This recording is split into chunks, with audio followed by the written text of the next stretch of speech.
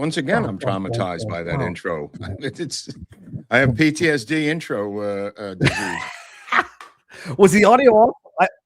Yeah, no, I didn't hear you, so it was off. But the music. Oh no! I'm stupid. I had a second window on the backdrop play. I was like, why is the music going so far in? And now I was beatboxing over nothing that anybody heard, so I just looked totally crazy. Well, welcome to episode 4 of Viva meets the United States film industry and takes it head on with his tangential takes on the quality of our filmmaking. This, by the way, this was most of it was shot in Toronto. By the way, Viva. Well, the internal studio stuff was shot in a studio in Toronto. All right, I read that a lot of it was also shot on location in New York to give it a gritty sort of real life look. Yeah, they shot it at the MGM building and they doubled it as whatever USB, whatever that was. We're gonna give spoiler alerts because we're gonna say how the movie ends. And we got to. I just want to say a couple of things before we get started. We somehow the evil overlords of YouTube have monetized this channel for reasons I don't understand the mathematics, but you can do super chats, super thanks, super duper thanks, whatever you want to do now to put up your questions, and like every other channel, and you can make super thanks in the comment section. And what else do they have? Isn't there something bigger than super chats, Viv? There's like ultra super duper mega chats. Those right. Yeah. So now you could open your mouth and pay for it if you want. When we say stupid shit about what we think these movies are about. But network, like I said to Viva before the show, 10 Academy Awards, not a bad haul. Nominations, took in 4 awards. It was, so I've done a little bit of interesting homework on this. It won the Academy Award for the shortest screen time for supporting actress at 5 minutes and 17 seconds with the woman whose name I don't remember, but she was in fact compelling in the movie. Oh, Beatrice Straight. Yeah, she actually was a theater actress who had been in a similar situation, I think. She was worked on the boards, as they say in Broadway, playing those types of women before who were jilted. Well, by the way, Mark, we should the Crucible. Arthur Miller's The Crucible. She was a star in. So just to set it up so that we do this, like people know the movie is called Network. Starring, Network, yeah. Starring what's her face, Sybil Shepherd. Not Sybil Shepherd, Faye Dunaway. Faye Dunaway. Faye Dunaway. Sybil Shepherd. Faye Dunaway, Robert Duvall, the crazy guy who says I'm mad as hell and I'm not going to take it. That's Peter Finch over there, right? It's a movie about how media exploits people and then tosses them when the ratings go down. It's as applicable today as it was back in the day. And spoiler alert, I give it 2 thumbs up right off the bat. It was actually great. I totally forgot how it ended. Hold on, we got our first super duper thanks of all time. Brenda, thank you for being the first person ever for our new channel to get the super duper duper chat up there on the big board. Thank you, Brenda. Go on, Viva. Sorry. The movie itself, the famous scene that everybody plays is, I'm mad as hell. I'm not going to take it. They won't leave us alone, not even in our homes. My recollection of having seen that whenever I saw it back when I was a kid was that was the last scene of the movie. It was like among the first scenes of the movie, and the last scene of the movie was him getting his head blown off while he was deemed to be no longer profitable for the network, and they needed a good way to get him out where they would all make money, not violate a contract, and lose the guy who had become deadweight after having been the most popular. It was yeah, that is true. Thank you, Dr. Evil. This is a fun channel. That is true. Thank you. Viva's right about that. That scene, by the way, where they're yelling out the window, that was a condemned building, I believe, on West 58th Street, that they had gutted the inside of, not the movie company. The city had gutted the inside of that condemned building. There was no electricity. There was nothing inside. This building here, the one you're looking at in the photo, is a completely condemned building with no guts inside. They had holes in the floor. These are the brownstones down below, but the ones with the windows up above, they were gutted, and they had to light the interiors using generators on the interior lower floors and wire them up to each floor and put an actor in those windows yelling, "I'm mad as hell, not going to take it anymore," and cover it, I think, with 4 different cameras, if I remember what Lumet was talking about, or Owen Roisman, the Academy Award-winning DP. He said it was a federal project. This is obviously the apartment of William Holden. That amazing apartment was on West End Avenue and like 88th Street. I mean, if you go to West End Avenue, Manhattan, Viva, those apartments on West End Avenue are probably the biggest apartments in the city of New York. They're just huge. And that apartment that he had was where his daughter opens the window, the only time you see the daughter.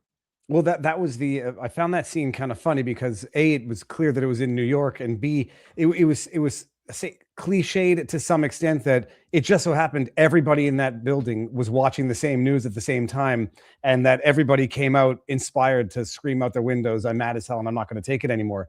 Yeah, I mean, what they did was there's a wide shot showing you a really spread out building, like it was a huge complex. So it wasn't that shot. It looks tight, but there's another shot a couple of seconds later showing you the breadth of that entire block. Like, in other words, they were taking down a building that was a block long. Why would it have been easier? Why would it have been easier to use a condemned building as opposed to just renting out? I don't know, like using any one of the tens of thousands of actual apartment buildings in New York. I'll tell you why. As a former location manager, it's a contractual physical nightmare. You'd have to deal with all these individual people who actually live there and get in with camera equipment and crews. The inside of that whole thing was open back there and much easier to deal with physically for a film company.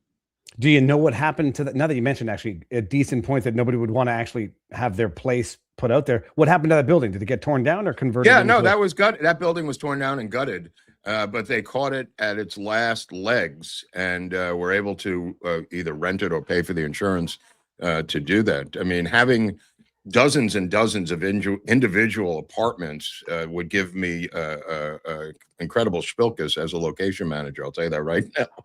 That would have been insane.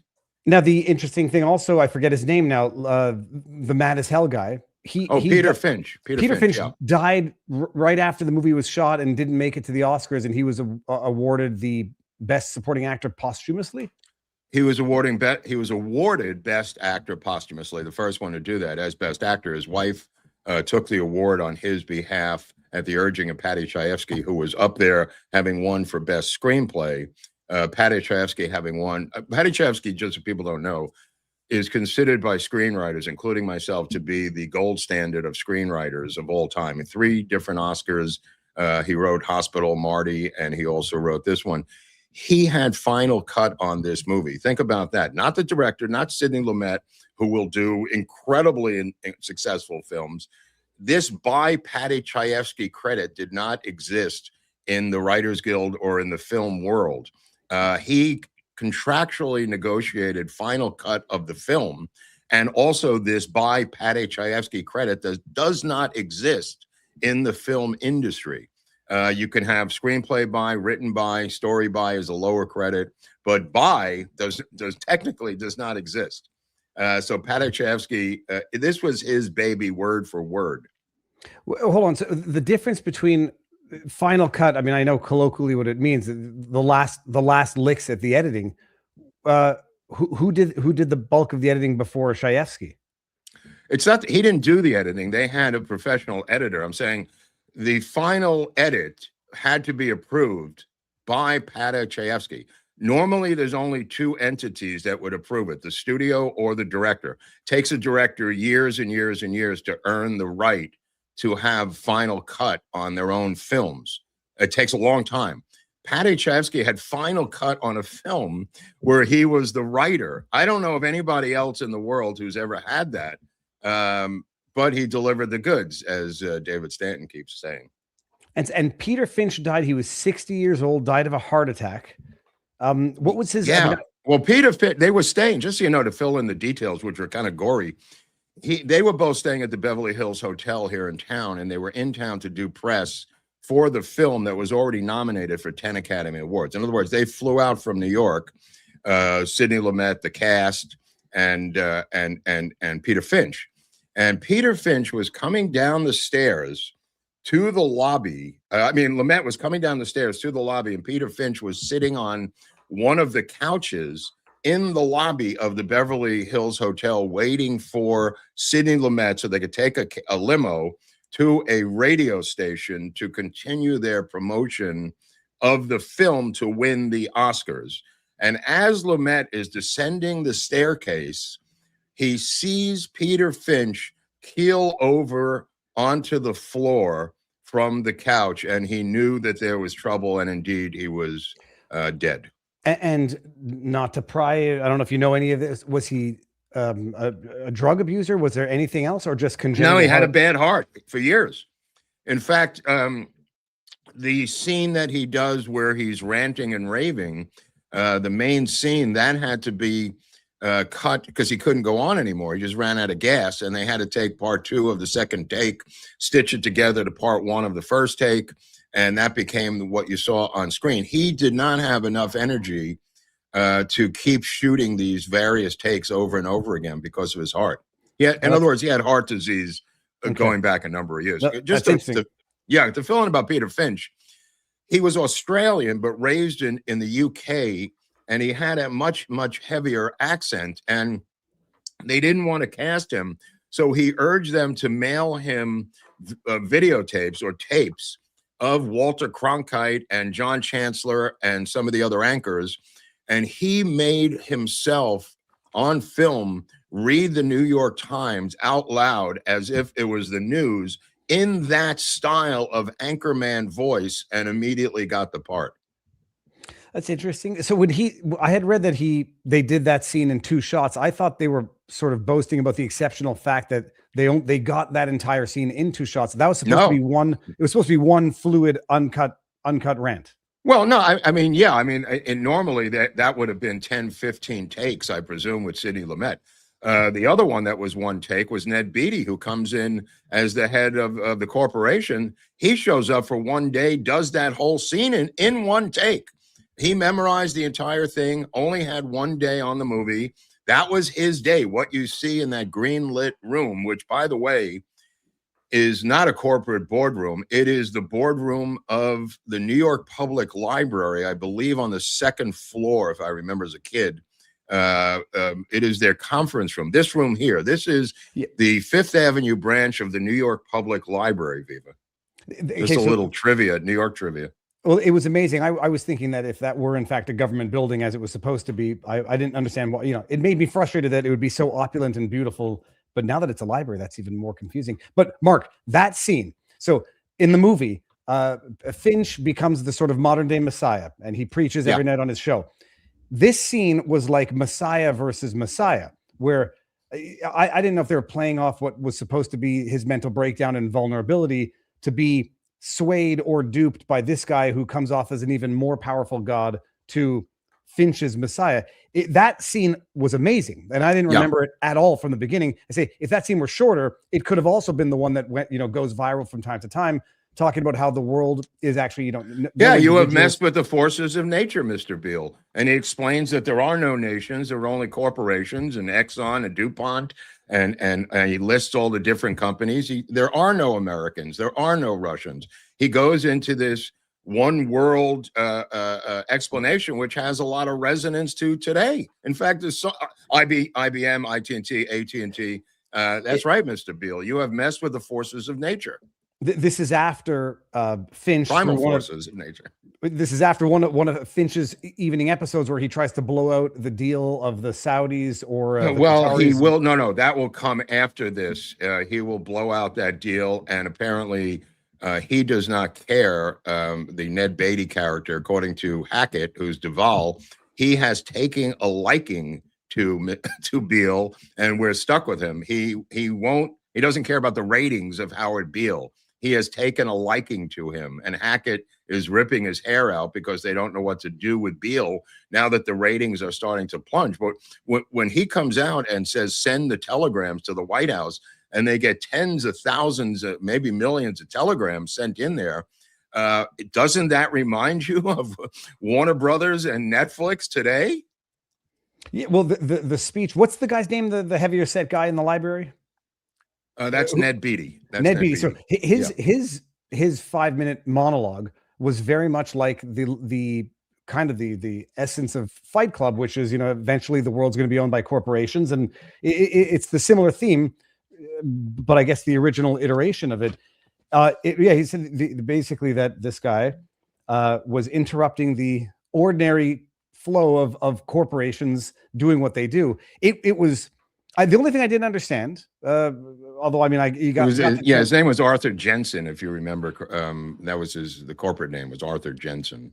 That speech came after as some form of admonishment for the Messiah getting people to flood the White House with telegrams to oppose. Was it the Qataris or the Saudis? The Saudis. No, it's the Saudis. In fact, Hackett explains it in the final scene, in the scene where they're discussing killing him. Hackett explains how they're into the Saudis for billions of dollars that they had borrowed from the Saudis. So in essence, they were taking over the network. And what he did was put a kibosh on the takeover of the network by a foreign entity. He has $2 billion in loans with the Saudis. And this is not uncommon today that we're seeing these similar stories with Qatar, with the Saudis, with investment in American corporations and American life. I mean, this is so prophetic in terms of being 50 years ahead of its time. It's crazy, Viva. No, it was amazing. Or, you know, it's always been like this to one degree or another. People in the chat were saying, you know, the movie didn't age well. We just haven't progressed since this movie originally came out. But no, I guess these are. If you could watch it today, and it holds up, that means it's aged very well. Yeah, it is. Well, and the last scene when the Messiah gets killed in a very brutal manner, and they just keep replaying it with commercials, and it becomes just another thing that you see on the television or the internet of the day. It was now hold on. They didn't want Faye Dunaway at the beginning, by the way. They wanted Jane Fonda, which would have been really awkward because she was such a far left icon at that time that it would have caused even more controversy. And then Faye Dunaway wanted Robert Mitchum to play the part instead of William Holden. And William Holden had absolutely no theater experience and loved to drink, and eventually died falling over, hitting his head, I think, in a blackout not too long later. And Holden was the only one in the troupe that didn't have any stage experience. Faye Dunaway was always something of a sex idol or a sexy idol. Well, you could say that. I mean, she was Bonnie and Clyde. I mean, she was always Faye Dunaway. I mean, he did not want her to express any emotion in the movie. He went to see her, he being Sidney Lumet, he went to see her on day one in her apartment in New York, and he said, you will not find any kind of emotion in this character, and if you try to sneak it in, any kind of humanity, I will see it on camera and cut it out in post-production. So knock it off. This is a cold bitch corporate woman who's not human. And she said, yeah, we'll see. Of course, the actress is going to try to sneak it in. But she was not able to do it. There's a little bit of glisten in her eyes when she's talking with Holden and he's leaving her. And she says, I can't do that. He wants her to love him. And she says, I don't think I'm capable of doing that. There's a little glint in her eye. She almost pulls it off. Well, I was going to say, so this is. I don't know how to do that. Yeah. This is post women's sexual revolution, but it was also as much of a commentary on, not to be judgmental, but a woman in the workforce seeking to elevate herself at the expense of love, life, and family, and the contrast of her versus his original wife. I forget the guy's name, but Mark, there was something that was somewhat stupid that I found a little bit difficult to swallow in this movie, which is when the main actor, not the Messiah guy, who's having his affair with Faye Dunaway, and William Holden, after having left his own wife because he thinks he's in love with her, and he's telling her, I just want you to love me, and I don't want to be a fixture in this house. I mean, it was, I appreciate it was supposed to be an observation on how he left his wife and left her as a fixture in the house in order to pursue the younger sexier thing. I mean, he's with her, I believe, in the span of, for 6 months is the time span, I think, of him living with her in that apartment with the spiral staircase. Remember, they go out to Long Island. They first go to that restaurant on the Upper East Side. Then the affair takes off. And, the movie time is compressed, but it's about 6 months in real time. No, it was just obviously intended to be not hypocritical, but him lecturing her on her not loving him when he literally just left his wife. For the younger thing. Yeah. That was a little bit too in your face in terms of me trying to be sympathetic. It didn't garner any sympathy for me. He got exactly what he deserved, which is a life of loneliness as well for abandoning the only person who loved him the way he wanted to be loved. Yeah, I mean, his critique of television and her learning everything from TV is not inaccurate, but he also is self-critical of himself. He said, I'm going to try to go back to my wife if she'll have me. This part of the movie that in your script, this is a movie of the week. He puts himself in there as a hypocritical piece of shit. He's not unrelenting at criticizing himself either, Viva. Faye Dunaway's sexiest part was in the Thomas Crown affair with Stevie McQueen. We're gonna have to do demographics on the average age of our audience here, Mark, because I think they're got to be 10 to 15 years older than me. These movies are before my time. Well, I mean, Bonnie and Clyde is like 67, so I mean, Yeah, this is 76, so she's already 9 years into her career here in terms of success. When they first go out to the beach or wherever they had their first fling for the weekend, and she's talking about network stuff while having sex with him, I thought at that point in time, not having remembered any part of the movie, that the catch to that was going to be that someone was recording the conversation or stealing the strategy. But ultimately, it was just to prove that she was so obsessed with networks and ratings that she would talk about that while having sexual intercourse. Right. Well, so would a man. The result would be the same if the guy was doing it with his wife, and the wife was loving, but the guy saying, I'm losing my mind with this deal with the Johnson family. I mean, you could see the reverse. It's hard. She's so hot that you can't see the masculinity in her. She says, I come too fast. I'm a terrible lay. Every guy who's ever had sex with me said it's the worst sex they've ever had. She turns that on him. You don't hear it, but he says that, questioning my cocksmanship, I gave that up when I was in high school. It's not going to hurt my feelings. So she apparently does that to him, trying to get rid of him at the end, Viva. Okay, so I wasn't going crazy. We didn't actually get to see that fight that he was referencing when he says she called him all these names. No, we didn't. Okay, it's just implied. Okay, no, this is why I thought I was going crazy, that maybe I was out of the room during that scene. Okay, because I didn't I would think I would have picked up on someone's cocksmanship being questioned in a movie, and I didn't remember it until he said it. But her statements are masculine. She is acting as a man in a man's world, which is the television world, and she admits that. And she goes to him. When she originally goes to him, she wants his cooperation, and he just laughs her out of the office. And then she resorts to her feminine wiles. Then she uses her sexuality to get what she wants, which the reverse could not be possibly true. But she uses that to get what she needs. I'm going to take over your news division no matter what. And she does. The reason there's nothing with Hackett is that Hackett is the exact person that she is. The Robert Duvall character. They're exactly the same. They're not interested in romance. They're not interested in sex. They're not interested in anything but the corporate numbers and the ratings. That's why they're both equal, her and Hackett. And that's why they get along.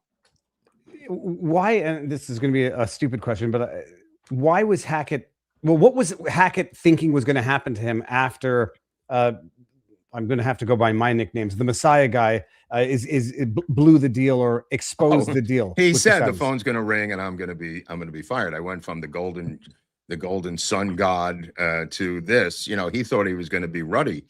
Don't forget, Ruddy, the white-haired guy, has a heart attack and dies. They go to the funeral of Ruddy on West 83rd Street at the funeral home. He becomes Ruddy. Ruddy is a little too weak. The reason that he gets fired is because he didn't wait till Monday morning to talk to Ruddy about their plan to take on Hackett and to take on Ned Beatty together. He pulls that stunt and is fired by Ruddy. And Ruddy says, if you only would have waited and not pulled this childish stunt with Beale, we could have teamed up to fight them. Mm-hmm. Interesting. Now, the other thing was, okay, so the shortest time ever for a best supporting actress, is there a second? Like, I don't know what... I don't know, but 5 minutes is pretty short. I don't know who's second in that list, but 5 minutes is crazy. I'm gonna see who these second. I don't know. I don't know. I've never even heard it. the reason it's so weird is because it is so short, but I don't know who the second shortest is because I never even heard of this idea, except she just has that one scene. I mean, she kind of floats in and out. She's in bed with him. She says that Beale just left. I'm going to make you some coffee. There's some lines by Beatrice Straight. Beatrice Straight is floating in and out. But the whole thing that she does there is that 5-page scene, a minute a page, roughly speaking, in terms of script length. Go any way you want. I always was shocked by the height of the table in the kitchen. It looked like the baby children's table. I did not understand the height of this table and chairs in their kitchen. Am I crazy, or does this look like something for children? No, that looks a small New York apartment where you have to be. Okay, but this is the biggest New York apartment around. There's no bigger apartment than that West End Avenue apartment. If you ever go into these apartments, it's like going into a fortress. It's just hallway after room after room. The only ones bigger would possibly be on Fifth than the West End ones. Here we go. We got some info, and it's from Grok. But the second shortest among winners for Best Supporting Actress, Gloria Graham, as Rosemary Bartlow in The Bad and the Beautiful, 1952, 9 minutes and 32 seconds. Wow, she cut it in half. And then after that, it looks like it was Anne Hathaway, Penelope Cruz, Kim Basinger for about 15 minutes in Les Miserables, LA Confidential, and Cristina Barcelona. So that's actually So is there politics involved in that? Like, for someone to win for 5 minutes of screen time, I would imagine people are going to cry either politics or connections or sleeping with somebody. Well, again, I'd have to look and see who she was up against, in that Best Supporting Actress that year. It might have, 5 minutes is 5 pages. 15 minutes is 15 pages of script. I mean, that's a lot, for a supporting actress, not the lead. So you keep in mind, this is supporting actress. So 15 minutes for those other actresses, that's 15 pages, Viva, of a script. She beat out nominees Jane Alexander, All the President's Men, Jodie Foster, Taxi Driver, she would have been the youngest, Lee Grant, Voyage of the Damned, and Piper Laurie for Carrie. Oh, weird. That's some interesting competition. Well, Carrie is considered a horror film, so they're not going to give him anything for that. But I'll tell you something. While he denies this, he always denied this, Paddy Chayefsky, who also died too young. When he was writing this script in 1974, it took him a couple of years to write this script.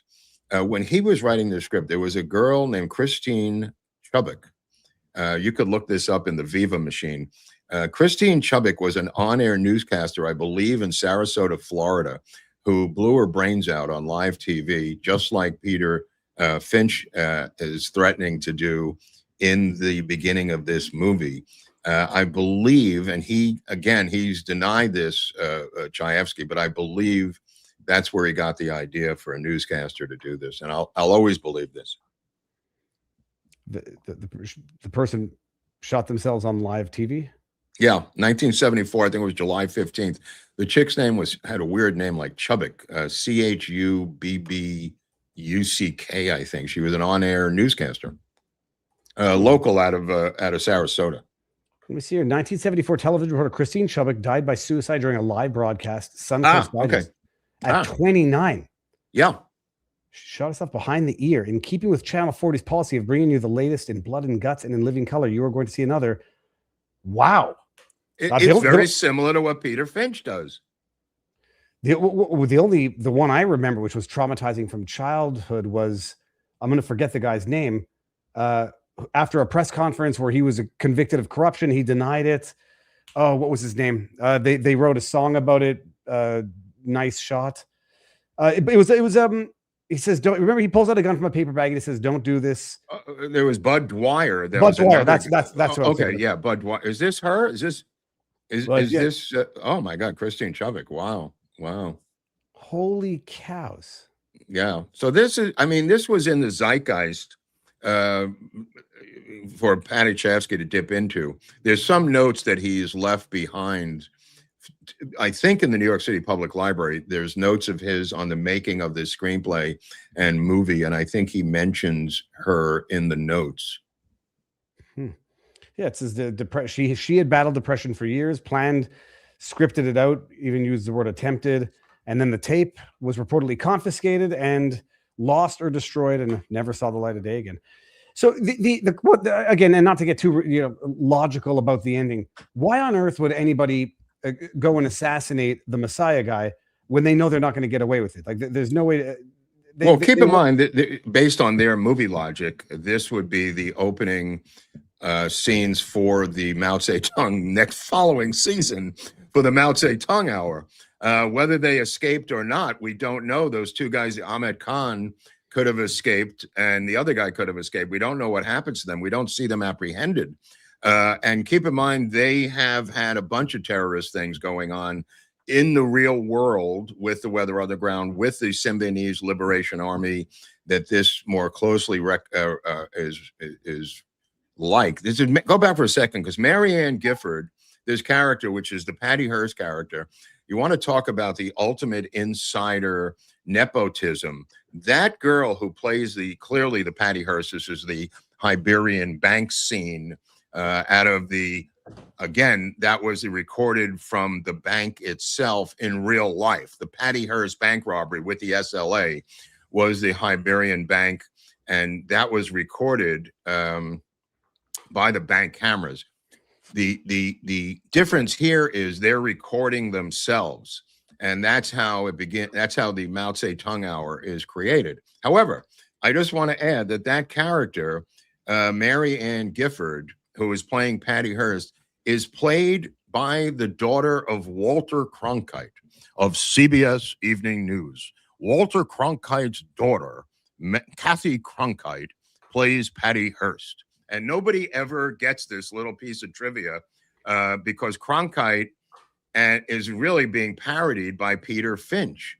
That's who he's copying here. And here is his daughter in the actual movie. And it's never really acknowledged anywhere. And she never worked again, from as far as I know. Mark, one of the interesting tidbits about this movie that I didn't pick up on because I only read it after the movie is that allegedly or apparently the lighting would get brighter and more what they called fake as the movie went along, and that the director Lumet said that even the lights were corrupted as the movie progresses. Or that was the idea. He wanted, what they had to do was the MGM offices that they used on 6th Avenue. They wanted to show the lights of the buildings outside, so he had to light the inside of the offices with tiny little hidden pen lights everywhere. Because if they use regular film lighting, it would have blown out the room and you wouldn't be able to see the lights across the way from, this is in the night scenes, from any of the other buildings. Those are real buildings in back of the offices. Those are office buildings along 6th. And you see them only because of how they brilliantly lit the office scenes with tiny little cameras everywhere, lights everywhere. Some of them are in flower pots. Some of them are underneath the desk blotter. I mean, they're everywhere, these tiny little pen lights. And it's really genius how they did it. And during the day, what he had to do, Roisman, was to put up gels, colored gels on the window to prevent the rooms from being blown out by sunlight coming the other way. I mean, he said it was a nightmare for this guy. Oh, that's I didn't notice any progression of the lighting from beginning to end, so I might go back and watch that and appreciate that. Now, but Mark, well, the final scene where they're plotting the assassination, look how dark that room is. That doesn't have any windows. That final scene where Duvall says, "I think we're going to have to kill him." Look at the darkness in this room. This is intentional by Roisman because it's funereal and conspiratorial what they're doing. They're reading the numbers and they finally come up with the plan to have to kill him and going over his contract and shit like that.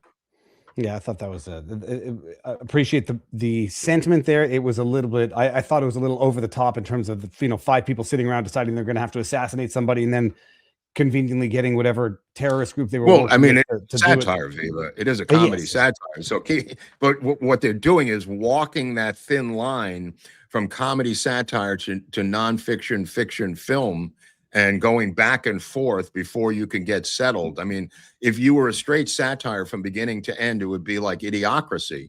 It wouldn't really have the gravitas that this film has of going from factual information and drama to political, comic satire. Yes, I think you have. I mean, they walk a thin line. They're just going back and forth, and he's ripping his hair out, Duvall. He sees no way out other than to kill the guy. The ratings are not something that we're particularly familiar with today, but when did they?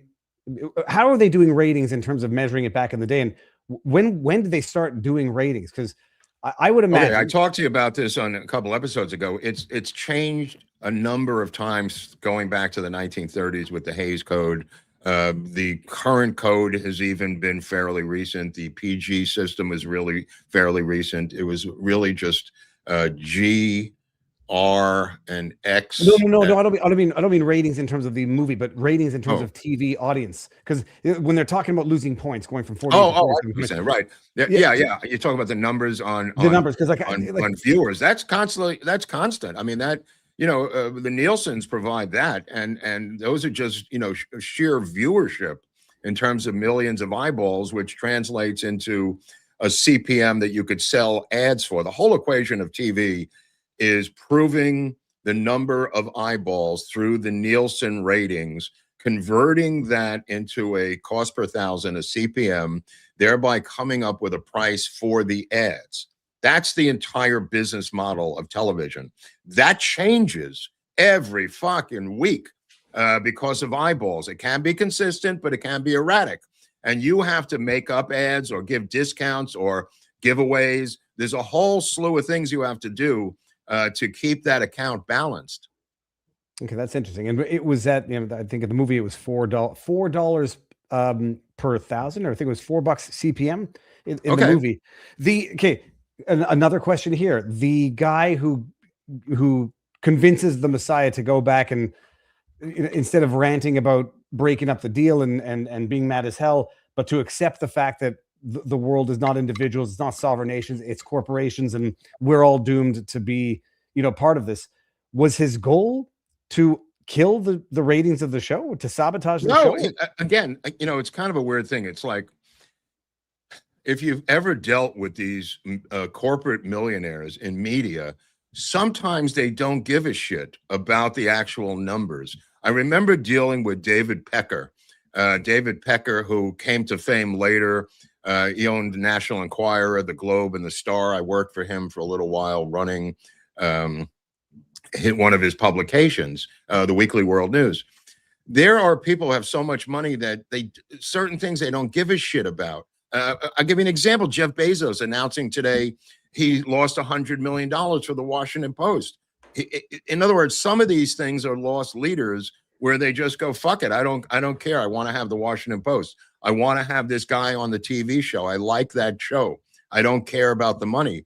But guys like Hackett, they're so wired into the zeitgeist of financial success and numerical success that it's incomprehensible to them why he would do this. And it's because they're so wealthy and so powerful that it's just a whim, Viva.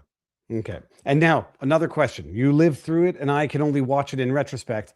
I was thinking if that movie came out today, people would cry DEI. You've got your woman as a lead. You got your black woman who was part of some militant organization.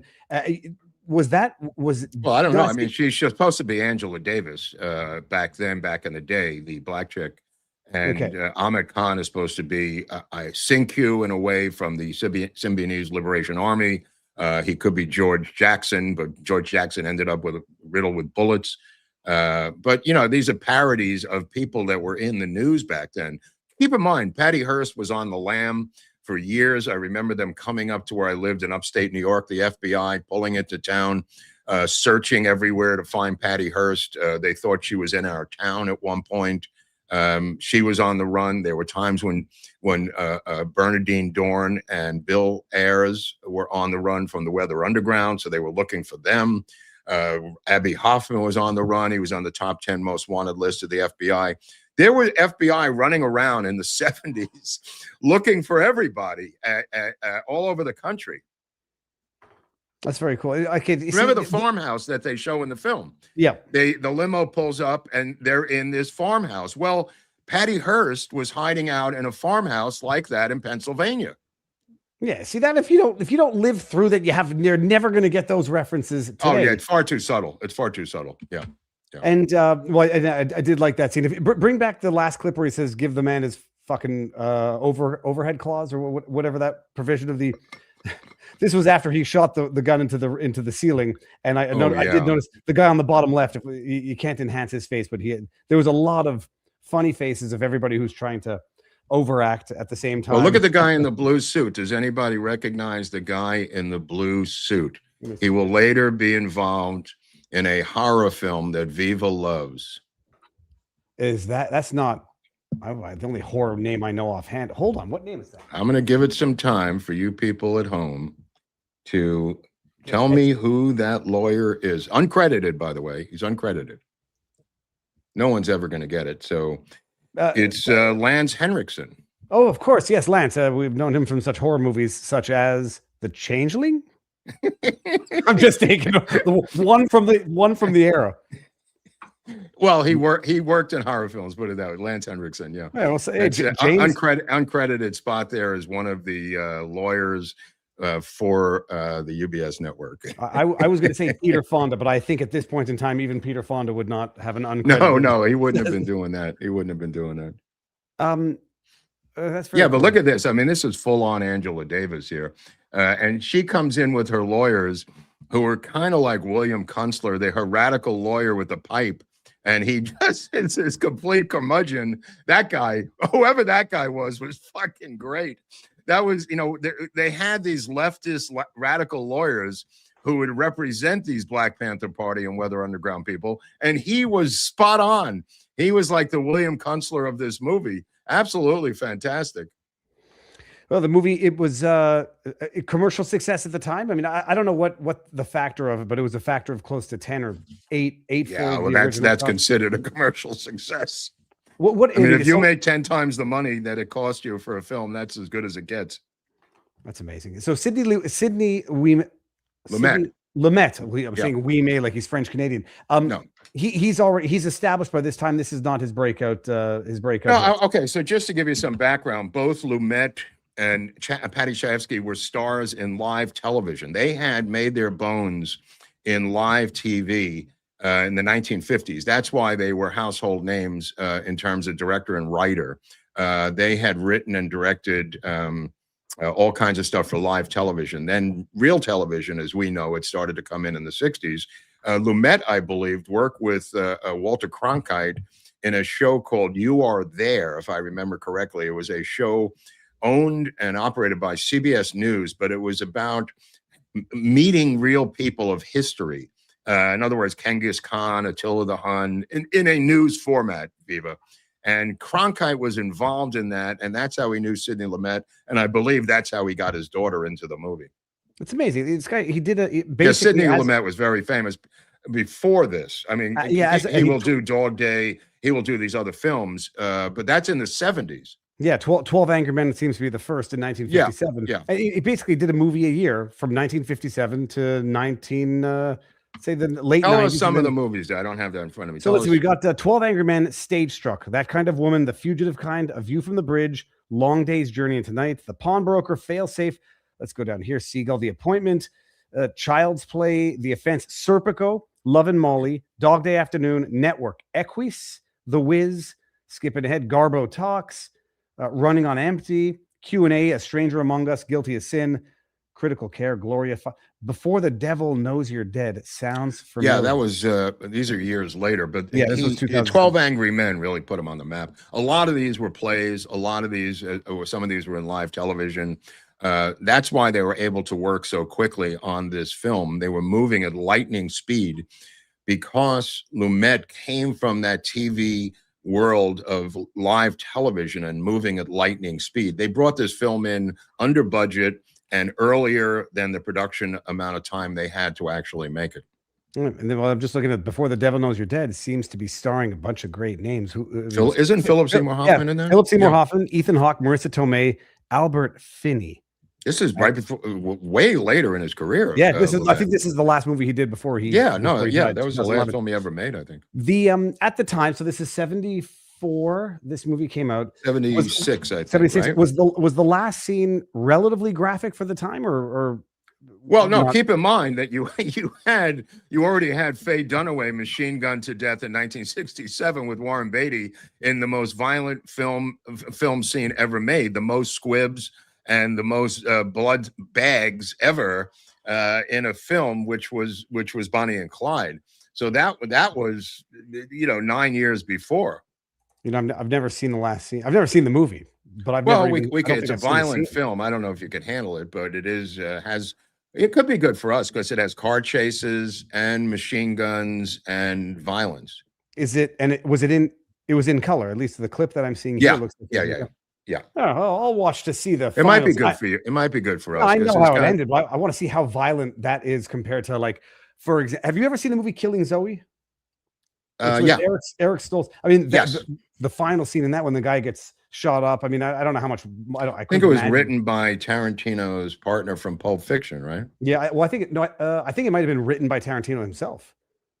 Hold on, let me see here. Maybe his partner who co-wrote Pulp Fiction with him, or who? The crime thriller written, directed by Roger Avery. Yeah, Roger Avery was the writing partner of Quentin Tarantino.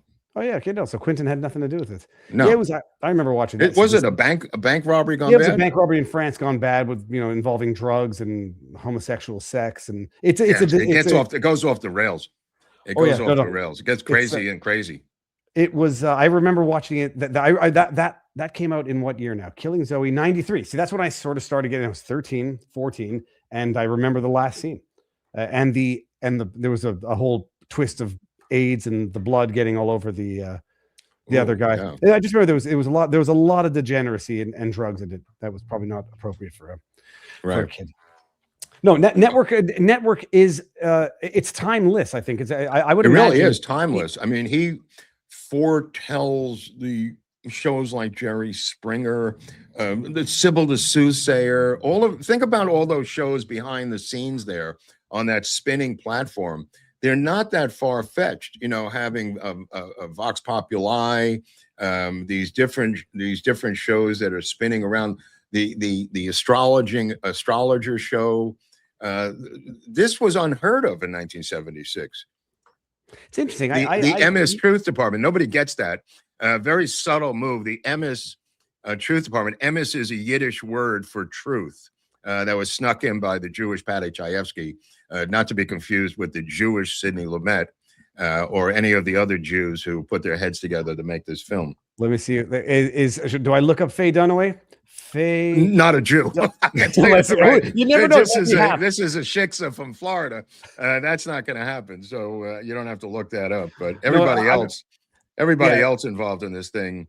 Obviously not Duvall, not Peter Finch, and not William Holden. But yeah, I mean, the creative force, Gottfried, who was the producer, Howard Gottfried was the partner to Paddy Chayefsky. Paddy Chayefsky, at one point, he has to go to the head of business affairs at MGM. The head of business affairs is concerned about the character Peter Finch is playing, Howard Beale, and he goes to the office with Gottfried, and the suit guy, the money guy, says, we're really concerned about this character. And Paddy Chayefsky goes, let me see if I get this straight. You are concerned about a character I have written in this script? And he said, yes. And he just gets up and leaves. Howard Gottfried, any relation to Gilbert Gottfried? Not that I'm aware of. No, I don't think so. Gottfried, this particular Gottfried came from television and some other background. Oh, it's very cool. It is. Do you remember the last scene out of Fight Club? Well, there was the last scene out of Fight Club where they're talking about the post-apocalyptic world, but the scene where they were talking about everything is ultimately going to be owned by corporations. Planet, and I think they right, but keep in mind that's 25 years later. No, I know that's why it's not so prophetic to say it then, but in 76, when you've got only 3 channels on TV, it's an entirely different planet. Yeah, the others are there's a 4th channel, let's say. So this would in essence be ABC television in the history of television, because originally there's just CBS and NBC. ABC is really UBS.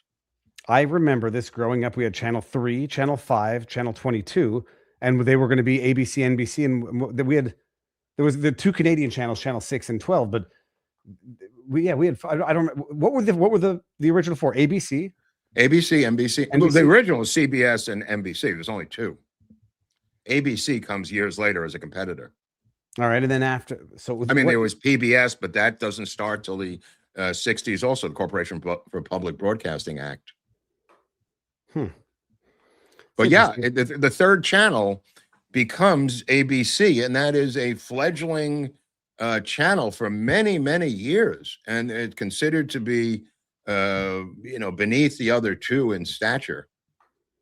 That's so even wild. today, it's considered beneath NBC and CBS in a lot of circles. But TV news at that time, these guys were revered. I mean, they were untouchables in American society. When Cronkite turns against the war in Vietnam, the famous slogan comes out, that we've lost Cronkite, according to Nixon, we've lost Cronkite, we've lost the war. Because at this time, I can see no way that the American, it makes this whole explanation, can win the war in Vietnam. And that was considered to be the turning point in the war, media-wise, in terms of the media. How old was Faye Dunaway in this movie? See, she was that I don't know. She's born in 41, so she's 30. 41, so she's 30. She's not young in this movie. 35. She's 85 years old now. Yeah, I saw her a couple of years ago. She lives not so far from me. I've seen her. I saw her about 7 years ago in Hollywood here. What is the current ambiance of Hollywood movie making now with what's going on in terms of online, but also in terms of these AI things that look like they're actually going to replace? Well, they have hired a sheriff, an AI sheriff, some company, just to combat abuse of AI. So they're petrified about AI. That's for sure. It is. And then this Chinese company that did that Brad Pitt fighting with Tom Cruise thing, they went berserk, and berserk to them was they wrote a nice nasty letter to a Chinese company that laughed in their face. It is. What you imagine, it would be good, presumably, for everybody who's an existing established actor as of now, because they'll be able to, at least in theory, claim the rights of their AI. But it's going to effectively make actors and actresses going forward, I mean, I say obsolete. Theater, people are going to want to see live action, but it's interesting. I mean, I don't know that the industry is going to be around and we're just going to only have the classics to watch. Well, they're already selling their rights. I mean, legitimate actors on their own are selling their audio and AI rights to a company that is buying them up really quickly for audiobooks. And a lot of them are selling them, and they don't care what the Screen Actors Guild says. They are selling their voice rights and other images for posthumous use by their families for books, to be the readers of random books, not even books of their own biographies. So wild. Yeah, I'm just looking up here. Matthew McConaughey partnered with 11 Labs. He's also an investor. His voice is cloned for projects like translating his newsletter into Spanish.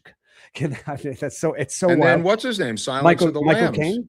Not Michael Caine, the star of Silence of the Lambs. The Sir Anthony Hopkins sold his to the same company as McConaughey.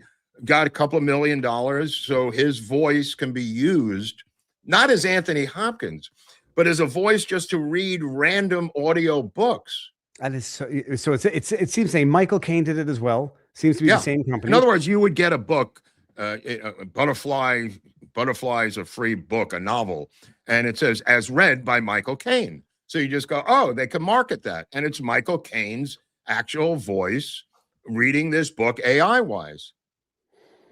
Tank Mosi, did Viva like network? I give it 2 thumbs up, and if I rate it on 10, I would say about 8.7 on 10. It was great. For me, it's a little higher because of Paddy Chayefsky being my idol as a screenwriter. There's no higher level as a screenwriter in Hollywood than you can go than Paddy Chayefsky. He is the gold standard. He's the Babe Ruth.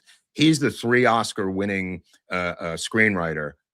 He was the guy that went to war against the studios, that his words were untouchable. Second would be probably David Mamet. But Chayefsky, with commercial success, I mean, he died a little too young. He may have gotten 5, 6 Oscars, 7, who knows if he kept going. But Chayefsky is considered among screenwriters to be the gold standard. Paddy Chayefsky, Sidney Aaron Paddy Chayefsky, 1923 to 81. So he died at, that's going to be 60. Well, that is, hold on a second. Yeah, it's under 60. Yeah. Yeah. What did he die of? He had a heart attack. Yeah, by the look here, he seems to be a little heavy set. Came out of the lower middle class Bronx, served in World War II. He said he didn't want a Purple Heart. A Purple Heart didn't want to serve on KP duty peeling potatoes. And the sergeant asked him why. And he said, I have to go confess before a priest.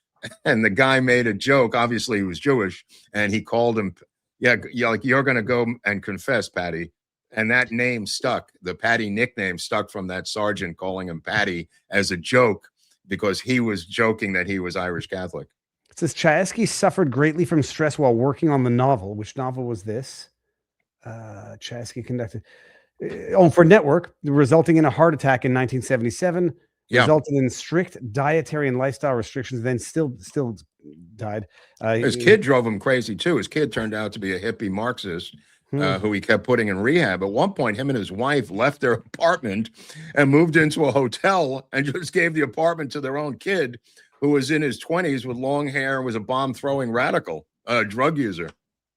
Was there parental neglect of the kid, or is it just unpredictability? Who knows? A lot of it was generational. He said, that it was the 70s and this kid didn't understand him. He was the World War II greatest generation. He didn't understand them.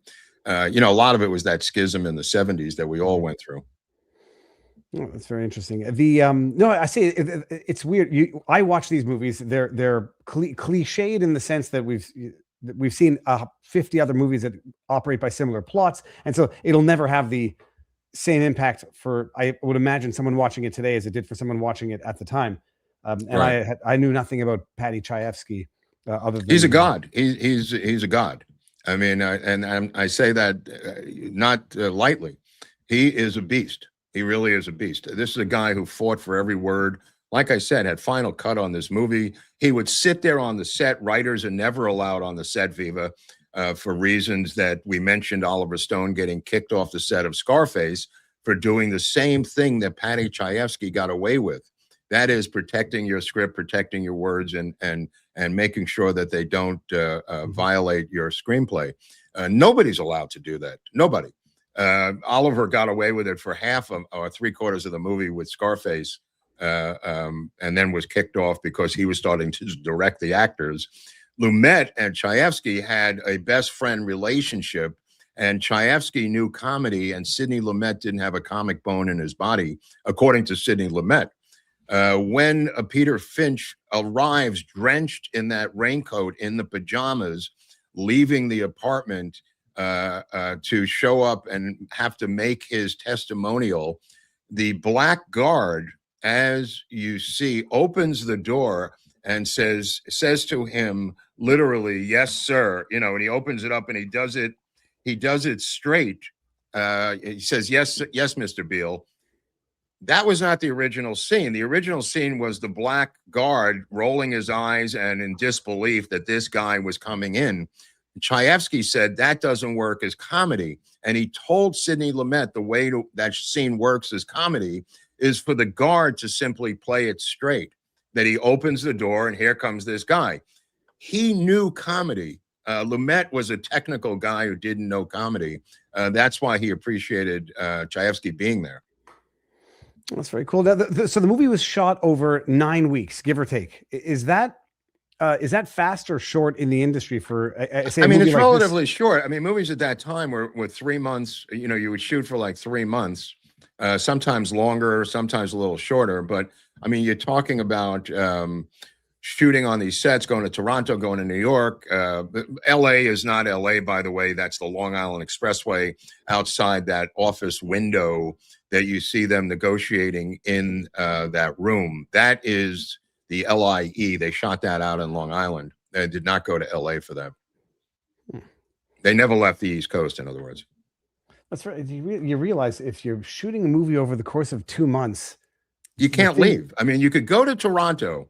You can go to Toronto, and that's why Toronto is used so many times on East Coast movies, because it doubles and gives you freedom of an urban environment and office buildings and shit like that. But you can't really just fly the fuck around the country with your entire crew and set up wherever you want to and still expect to come in under budget. But also, like, from the industry perspective, how do you do it? You don't shoot the movie chronologically. So if you're shooting scenes that you're going to splice together and they're 2 months apart and people's facial hair grows or their actual hair grows, how do you do that as an industry? It's not it really comes down to the ADs, the assistant directors, scheduling everyone involved in the thing. It's a clusterfuck of problems, bro. Let me tell you something.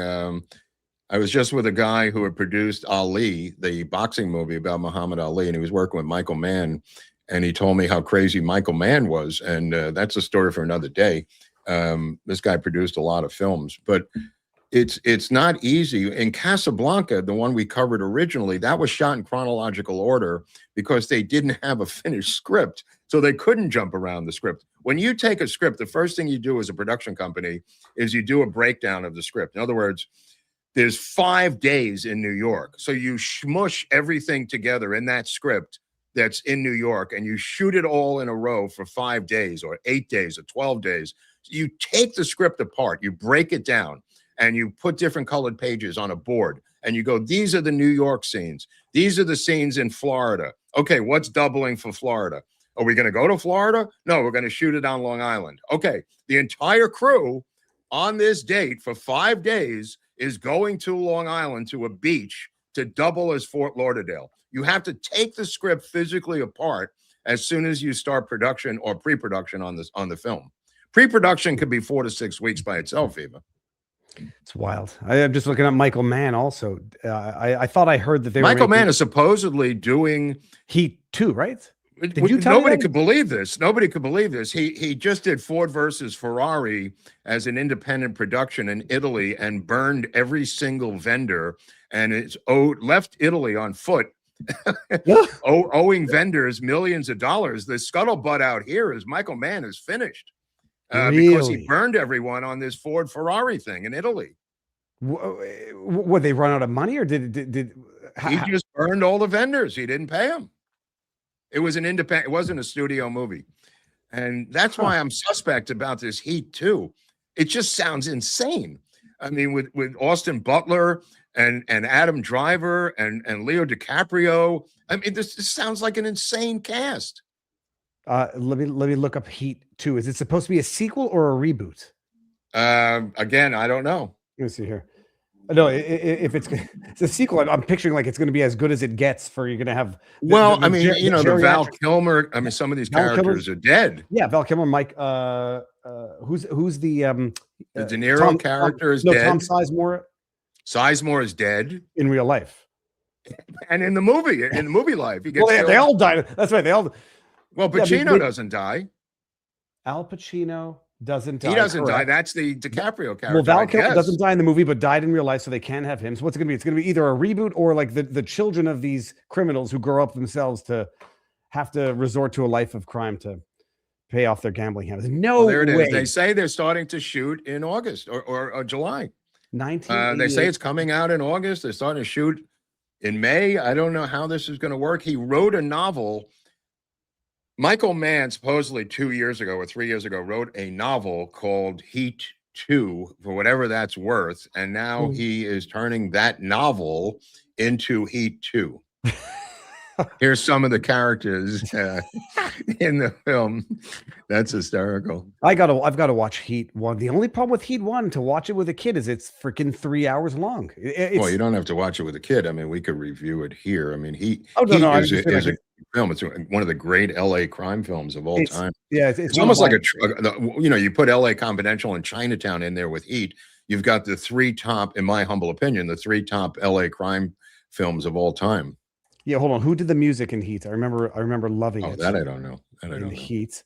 It was the score, not the score. Robert, the musical score in Al Pacino. Elliot Goldenthal. That's not what I'm thinking. Who is Elliot Goldenthal? That's a question for the chat. Let me see. Final credits music. That's what I'm looking for. It was almost like Explosions in the Sky as a band. The final credits, God moving over the faces of waters. It was Moby. That's right. It was Moby. Okay. Moby, who famously gave his entire social media over to the CIA when Trump got elected. For what reason did he do that? To help defeat Trump. By his own admission, he did. I'm not making this up. I know, but by its own admission, he should have realized at that point nobody was listening to Moby anymore. No, I know. Congrats, you squandered your last asset. Right. Oh. Okay. Well, what about Runaway Train, or what do you want to do next week? Some action film that you're going to have to pick one here, because it's going to have to be action, like The French Connection, The 7-Ups, Bullet, Runaway Train. No, let's do Runaway Train. I've been looking for a reason. Okay, yeah, that's cool. That's cool. Let's do Runaway Train. It's got Jon Voight, and Julia Roberts, crazy brother Eric Roberts, right? I didn't know that Eric Roberts was Julia Roberts' brother.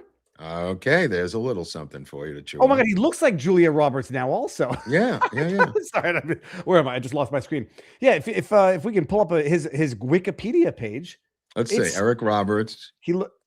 Eric Roberts was okay. So he was in another movie that I will remember. Eric Roberts' filmography. Was he in a boxing movie? Runaway Train. Mm-hmm. The Expendables. I've never seen. I don't even know if these are killers. Dark Knight. Okay, I remember. I mean, he's a B-level actor when he's opening a picture. Those are B pictures, or he's a character actor. I had no idea I had no idea Julie Roberts. Oh yeah. How do the members of the same family get into acting? Is it nepotism, or like who is Julie Roberts' dad? Look at Phoenix and River Phoenix and Rain Phoenix. I mean, look at the Phoenixes. Look at the Barrymores. I mean, there's a lot. Look at the Baldwins. I mean, Daniel Baldwin was supposed to be the golden child of that family growing up. If you talk to Daniel, he was selected even within the family to be the golden child. It's like people say nature versus nurture, and it's quite clearly nurture, a pressure of the parents, nepotism, and I would argue family degenerate. It makes no sense that all members of the families end up in Hollywood other than decisions of the parents. Oh, you mean every single person in the family? Yeah, well, I mean, like the parents that push their kids, or at least, Well, sometimes it's one kid with a mother. That's a traditional way that it happens. But these whole families in Hollywood is another separate thing. That's a completely different zeitgeist. Where every brother and sister is in there. Look at the Arquettes. Rosanna, Patricia, David. and David, and then the one who is the trans one. There's a fourth Arquette. Not anymore. Ended him or herself? Yeah. Okay, hold on. Patricia Arquette was in Pulp Fiction. Rosanna Arquette was in True Romance. Yep. David Arquette was in the Scream movies. Yep. Am I okay? I'm putting it together. I knew the two sisters. I don't think I put the David Arquette in that same family. Yeah, that's weird. All right, but there's a fourth one who lived in the backyard. The only reason I know this is because I was in the backyard. There's one that lived in the backyard and of Patricia's house in here in LA. And let me see here. That looks like Alexis Arquette. Yeah, that's the trans one. It says did not passed away due to cardiac arrest by myocarditis stemming from a 29-year battle with HIV. Also cocaine. Yeah, and it's. I want to add in cocaine because this is the look that when you showed up at Patricia's house, he would greet you at the front door in a dungaree miniskirt on occasion. Mark, who does he remind me of right now? I say an actor or an actress, a singer. I think maybe. I don't want to. Maybe. Oh, come on! There's a definite rock singer. All right, that I don't know. Wow, I didn't know that. So there was a fourth, and looks like Ben Stiller in Zoolander or something. A little bit of conversation. I want to say. Am I wrong or no? I mean, I don't know. I mean, no, it does. He looks like he's doing Blue Steel. In a. All right. Well, I didn't know that. That's information that I I know stuff that does us absolutely no good. I am loaded with absolutely worthless factoids. I just want to get them out of my craw so you can enjoy them. It's definitely D. Snyder. It might be Look, I told you, Zoolander. Look at that. Oh, I don't know who D. Snyder is. Twisted Sister, bro. Come on, rock on. Not doing it. I don't know. No, I was thinking more. I don't want to say come on. Sang the song for Armageddon. I don't know, but Iron Maiden should be in the Rock and Roll Hall of Fame. Why is an Iron Maiden not in the Rock and Roll Hall of Fame? I think it's outrageous at this point. Kansas is not in there. I don't even like these bands, but they should be. I mean, some of these should be in the Rock and Roll Hall of Fame by now. Is Blink 182 in the Rock and Roll? No, I don't think so. I don't think so. 182 Rock and Roll Hall of Fame. They are. Blink has been eligible for the Rock and Roll Hall of Fame. So them come and go. They're eligible. Well, we got approved for Super Chats. Yeah. I think we got both of them. Thank you, guys. Is that the new dog? No. Oh, yeah, that's the new dog. I sent it to you. Oh my God. Oh my! What the hell is that? That's not even a breed. What is that? A hybrid creature? Maybe we have to call him. Maybe we have to call him Phoenix. What is that thing? It looks like a French bulldog with a mix of Shar-Pei and some. I don't know. I want to say a corgi with a long body and a terrier. It's a mixed breed of multiple breeds. Yeah, we're gonna do a genetic test when we get it. So we're picking it up in the morning. But when you say a genetic test, you mean to make sure it's a dog?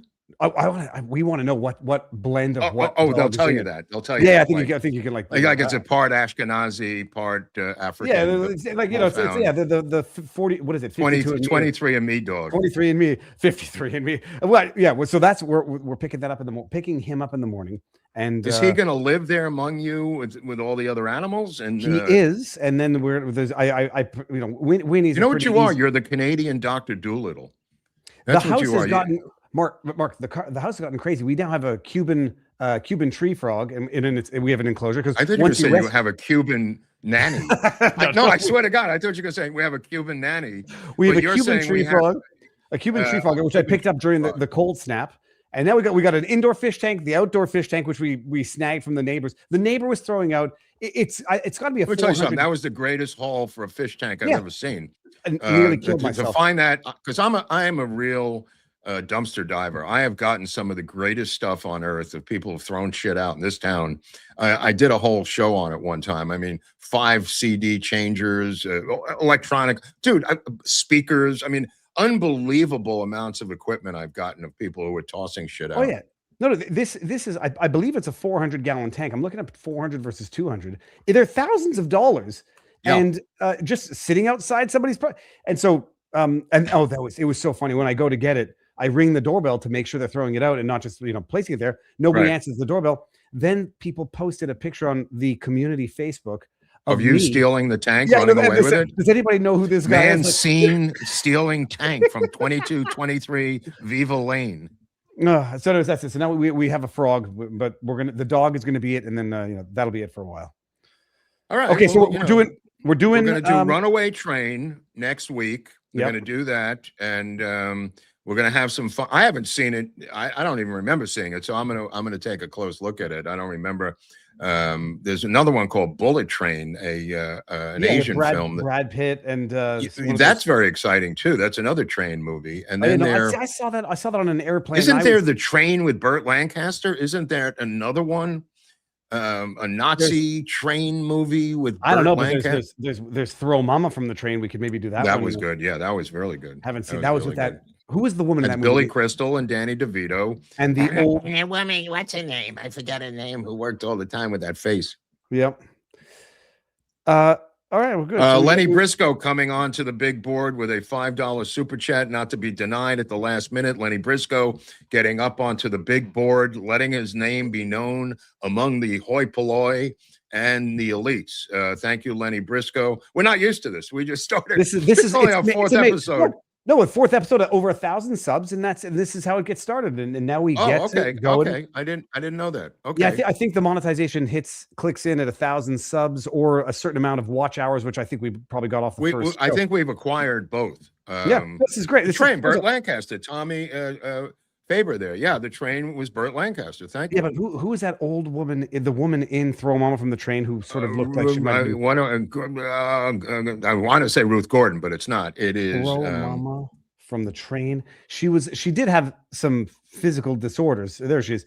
So hold on a second. We got here Anne Ramsey, Mama. Anne Ramsey, yes, yeah, very famous, great character actor. Alfred Hitchcock's not The Train. No, there's It's actually the subplot of the Hitchcock movie where they're strangers on a train is the subplot of Throw Mama from the Train, because they agree to kill each other's mother and wife in exchange, like Strangers on a Train, which is the Hitchcock plot where they agreed to kill each other's wives. That is taken by Billy Crystal and Danny DeVito, where Billy Crystal is supposed to kill Anne Ramsey, and every time he goes to kill her, something goes wrong.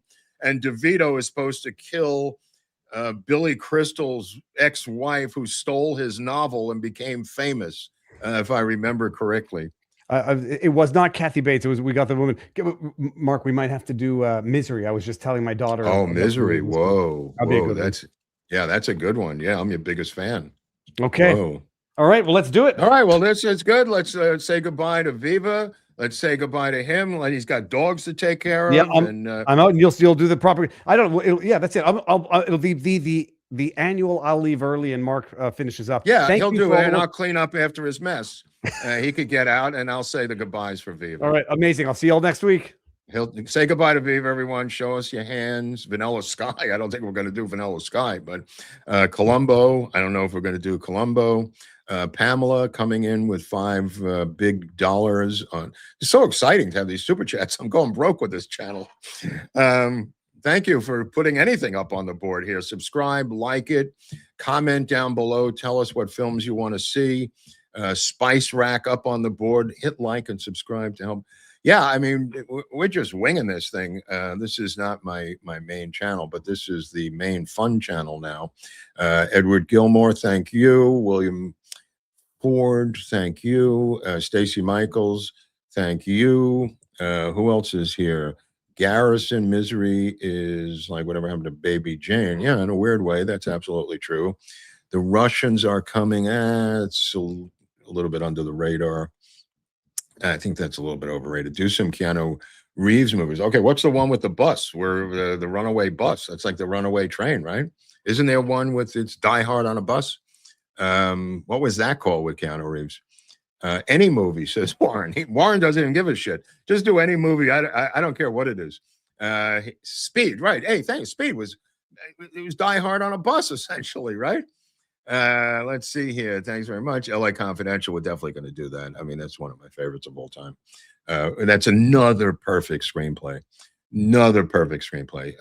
And of course, Chinatown by Robert Towne, not to be confused with his evil drunken brother, Roger Towne. Casino Royale, the James Bond spoof. Well, that's an obscure one, huh? I don't know if we're going to get to that. Rock and Roll High School with the Ramones. These are small pictures. We're trying to do bigger pictures. But we will, the two Jakes are not going to do the two jokes. I don't think that's going to happen, the Chinatown sequel. Sandra Bullock, Big Lebowski, Spinal Tap, Once Upon a Time in Hollywood. I think there's a sequel coming out. Rolla Tomasi, remember that name. School of Rock was definitely troublesome.